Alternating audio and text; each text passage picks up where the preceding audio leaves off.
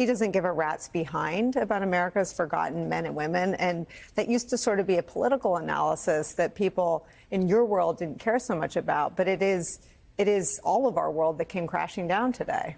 It's really quite extraordinary, Nicole. First, I'm tempted to say that if you lose CNBC, you've really lost the business community, and he has really lost the business community. I think I would just address what you and Steve Leason were talking about by saying this. Donald Trump doesn't have a lot of principles. We know that. He was a Democrat. He was pro-choice. He's anti-choice. He's all over the place on almost everything. The one thing, as you just noted, that he has fervently believed from his birth, presumably, for reasons I don't know why, is this idea about tariffs, and trade deficits are inherently bad. Tariffs are good. It's a 19th century way of thinking about an economy, but he believes it fervently. And so to your very good point about why is nobody telling him something different, I'm just not sure on this issue there's much of a way to move him. Lutnick has been quite outspoken, at least since he was picked, about his support for tariffs. Peter Navarro is a crazy tariff guy. And Bessent has been very quiet on this issue. And he did go out and do what he had to do this morning, but it didn't feel like his heart was really in it. Let me ask you about Mr. Bessent then. Is he someone who'll stand there and watch Trump destroy the economy? Well, I don't know. We'll find out. He's never been in a position like this. There's no track record he has that would let us know. You mentioned Mnuchin. Mnuchin did a really good job of kind of navigating his way through it. A lot of what Trump did in Trump 1.0 is not stuff that I suspect Mnuchin loved, but he worked his way through it. So my guess is Bessent is going to work his way through this and let Trump be Trump, frankly, to pick that old phrase up. What does that mean? What it means is that, as Steve said, what's different from this is much worse than what the market expected. Nobody thought he was going to go this far. Number two, there's no idea that these are up for negotiation. It's not even really clear what they're trying to accomplish. There are two ways to think about this. One, that they actually want to bring manufacturing back here, which, if they do, is a long, long, difficult process, and it's not going to end anytime soon. The other is that it's some kind of negotiation. But I don't know what you're negotiating with Bangladesh about. What is it we want them to do that they're not doing? They're not trade manipulators. They're not unfair traders. They're making sneakers and clothes and all the stuff they make there. So it's really hard to see how this movie ends, which is why the market is so upset. And my last point, which Steve made also, the market and business hates uncertainty almost as much as they hate reality. And so this is just going to really put sand in the gears of this economy. It's going to slow down investment. It's not going to cause business to rush out and build a lot of factories here. It's going to cause them to be more like what you mentioned about Stellantis. Gene, one of the things that a White House policy apparatus does is it platforms the pain and suffering of the American people, so that in a policy discussion, the policymakers are aware of what will happen to people at all levels of the economy, right? This will make poverty rates soar. This will make groceries more expensive. Moms and dads who do the shopping with, kids in the front with their legs dangling over will pick between, cereal and milk. This will have real-world ramifications. I think in Trump's White House, it's fair to say that some of those concerns were around their own voters. Steve Bannon has been pretty vocal about how a lot of these policies will hurt Trump's own voters. What Trump has done hurts every single American. It creates instability for anyone who has started a small business with a supply chain overseas. It has created uncertainty for auto workers. It has created terrible choices for the mom or the dad that does the grocery shopping. What do we understand now about this White House that we didn't understand 24 hours ago? Well, I don't know that it's different than I thought, to be honest. And I think it's been very clear from the start, and particularly clear in the judicial and intelligence elements, that this is a president who does not want the vigorous debate. Steve and I were part of President Obama's decision to, save Chrysler and GM. We sat there in the Roosevelt room, lined up on the other side, and, 8 different people gave their views. And what you're doing is you're stress testing everything that could happen or could go wrong. If that was like a positive view of that, this is the other extreme.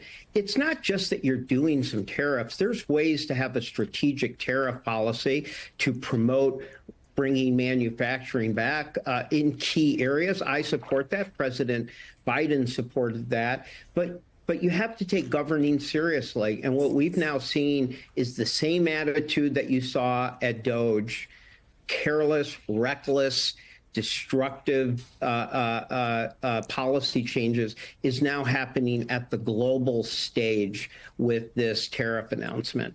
And, you know, Steve Leisman said, well, what's really surprising or different is you have such a pro-business cabinet.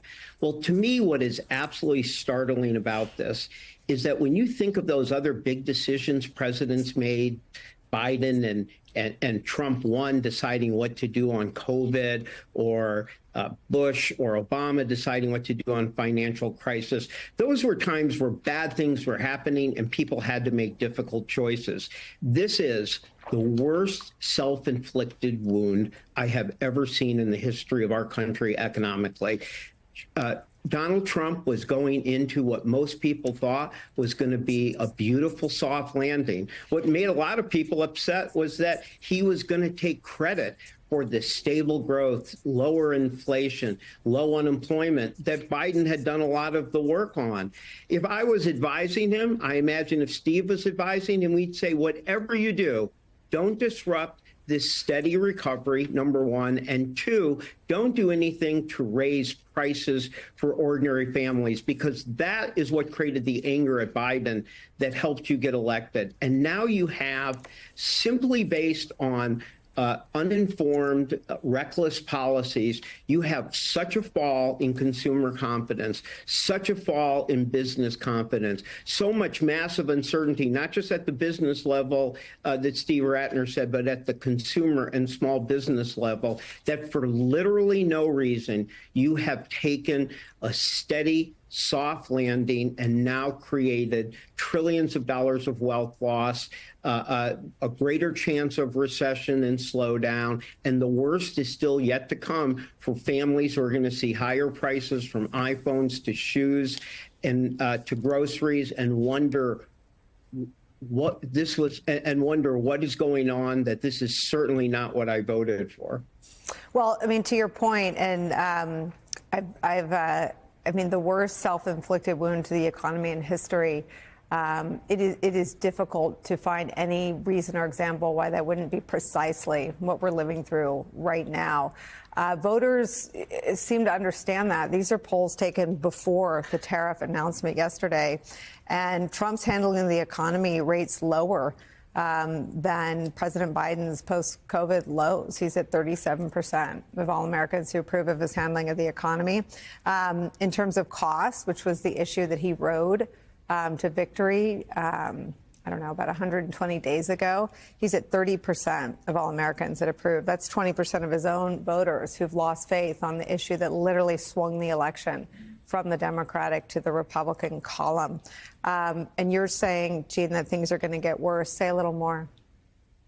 Well, Nicole, again, I think that, you know, one thing I saw when we had the slowdown that took place around the debt limit scare in 2011 is that all you really need for an economy to slow down is for everybody to be uncertain and pause at the same time. And you are seeing the small business index, the Russell index, already in correction. You're seeing heightened uncertainty from small businesses. I mean, this is not complicated economics. You see all this. Are you more likely to build that new kitchen? Are you more likely to expand growth in the United States when you have this craziness going on? Are you more likely as a foreign country to want to invest in the United States? And I think when you have all that uncertainty at the same time, you can have quite a slowdown. And when I say the worst is yet to come, I mean, the stock market is reacting to the perception of bad things coming, either higher prices for people or squeezed profits. But, you know, we haven't actually seen a lot of the damage. It's just starting right now. And I think, I'll be honest, I am shocked, or I should say it is an unusual thing that Americans would be so well informed on tariff policy and the fact that it's going to increase their prices. I don't know if you would have projected that 4 or 5 years ago, but after a few years where the number one issue for Americans has been high price levels, even with super low unemployment, great job growth, the best recovery in the world, they are so sensitive about prices that the Consumer Confidence Index at Michigan, the Conference Board, an academic study as well, have all found that people really fear the tariffs and they get it will raise their prices. That is stunning to me. And that's not just my gut feeling or opinion. That is the clear numbers that have shown in consumer confidence. Well, that's all just projecting it. Now people are going to start going to the store and seeing the harm, and they're going to find out the world is not as simple as a Trump campaign speech, that even if you want something to be located here, like Barbie dolls or pickup trucks, whatever it is, they have parts that come from other places that costs low. So I don't think a lot of Americans want to bring back manufacturing. I do. Autos, steel, electric batteries, the semiconductors, the industry of the future. But not a lot of people are saying, you know what I really want? I want a shirt here that's going to cost me an extra $100, or I want a pickup truck that's going to cost an extra $14,000. And Trump and his team so far seem absolutely blind to that reality. And you can't be blind to those things when you have such the heavy load, the heavy responsibility of the global and national economy on your shoulders.